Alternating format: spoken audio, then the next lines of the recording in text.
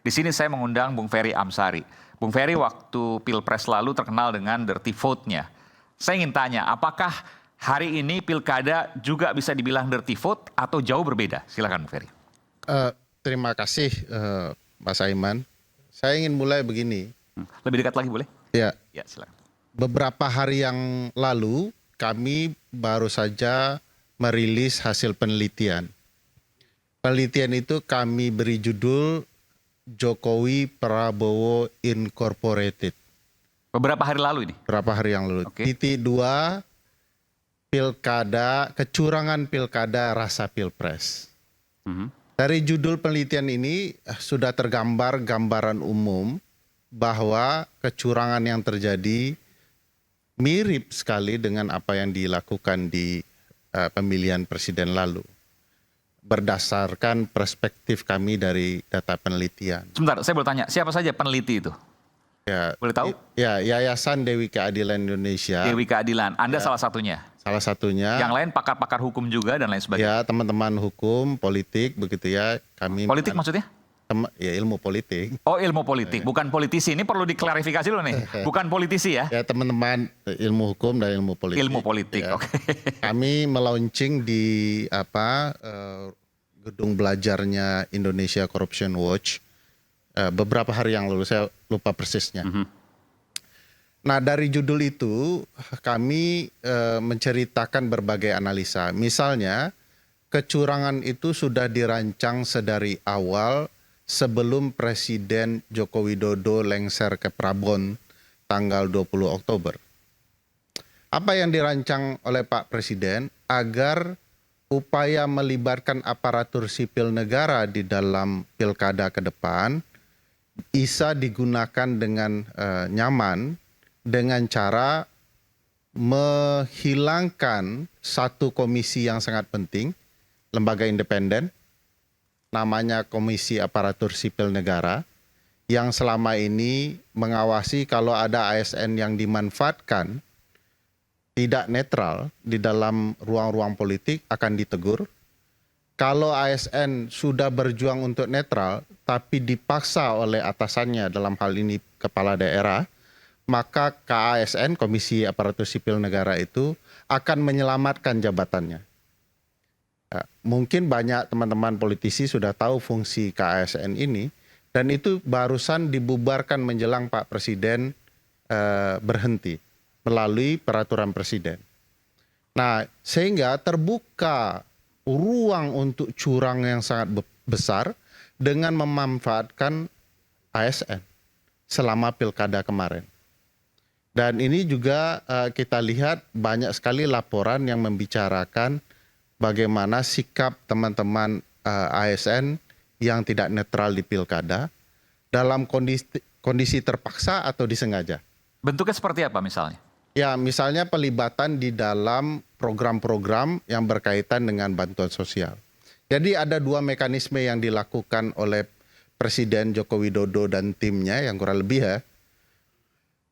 Mekanismenya satu, kalau kemudian daerahnya besar penduduknya, Jakarta, Jawa Barat, Jawa Tengah, Jawa Timur, Sumatera Utara, Banten gitu ya. Banten itu DPT-nya lebih besar daripada Jakarta. Itu dilakukan upaya pendekatan program dan pelibatan ASN. Misalnya ASN itu dalam satu rumah mereka punya rata-rata 2-3 suara. Nah, itu kalau ASN-nya sekitar 400 kali lipatkan saja. Itu yang akan mereka gunakan. Apalagi ada perintah dari kepala daerah tertentu atau kemudian kepala dinas tertentu. Kalau daerahnya kecil biasanya jumlah penduduknya dan itu malah sangat berpengaruh karena ASN cukup signifikan kalau angkanya itu satu keluarga itu 2-3, dikali 2 kali 3. Nah, itu modelnya. Juga pelibatan mereka di dalam menjalankan program-program seperti bantuan sosial. Jadi pimpinan ASN mempengaruhi bawahannya untuk memilih calon tertentu, begitu? Ya, langsung atau tidak langsung. Ketahuan apa enggak? Kan di bilik suara nggak ada yang bisa tahu, nggak difoto juga misalnya. Ya. Gimana Jadi, cara tahunya? Nah, ini cara pembuktiannya yang harus dibenarkan dulu, Mas Aiman. pendekatan kepemiluan bukan pendekatan hukum pidana. Bukti itu harus seterang cahaya. Tidak Kalau perlu- dia pidana pemilu, oke. Tapi kalau kecurangan pemilu tidak harus. Dia kecurangan itu bisa dilihat dari kebijakan yang sudah terindikasi berpihak, tidak fair. Unfair conduct itu sudah bukti bahwa pemilu sudah melanggar azas. Azas yang adil gitu ya. Oke. Kemudian ada prinsip penyelenggaraan pemilu bahwa penyelenggara harus tegas, pasti begitu ya, harus adil, tidak berpihak dan lain-lain. Nah, itu yang kemudian potensial dilanggar dari sikap-sikap seperti Bukan, pertanyaan saya begini, ketika misalnya seorang atasan ASN, PJ, gubernur, PJ, wali kota, PJ, bupati, atau mungkin di bawahnya lagi, misalnya kepala dinas dan sebagainya, kemudian meminta bawahannya untuk memilih pasangan tertentu misalnya. Ya. Bagaimana membuktikan bahwa bawahannya itu telah melaksanakan perintahnya? Makanya gambaran di kepala Mas Aiman salah dalam pembuktian kecurangan. Gimana jadinya? Mas Aiman berfokus kepada angka yang dicurangi. Oke, Di bilik suara tidak diketahui. betul. Tapi yang saya jelaskan kecurangan proses. Di dalam pemilu proses pun harus adil. Misalnya kalau ada kepala daerah buat program yang semestinya itu program negara, di tahun politik tidak boleh. Karena program itu disebut program gentong babi. Ya, pork barrel. Programnya memang harus ada dan memang ada, tetapi dijalankan di tahun politik curang dia. Ya. Jadi pendekatannya tidak bisa diukur berapa nih jumlah suaranya.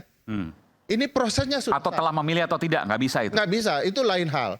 Nah, pendekatan itu yang menurut saya juga dan teman-teman harus juga menjadi dasar kita dalam demokrasi kepemiluan kita. Jangan nanti di Mahkamah Konstitusi dibuktikan kalau memang ini curang, gara-gara bantuan gentong babi ini, apakah beralih suara dari si A menjadi si B? Berapa jumlahnya gitu? Berapa jumlahnya itu salah sekali pembuktiannya. Jadi pembuktian kecurangan dalam pemilu, kalau ada kebijakan yang berpihak dan lain-lain, sudah curang itu. Pengerahan aparat, pengerahan aparatur, itu sudah tidak benar.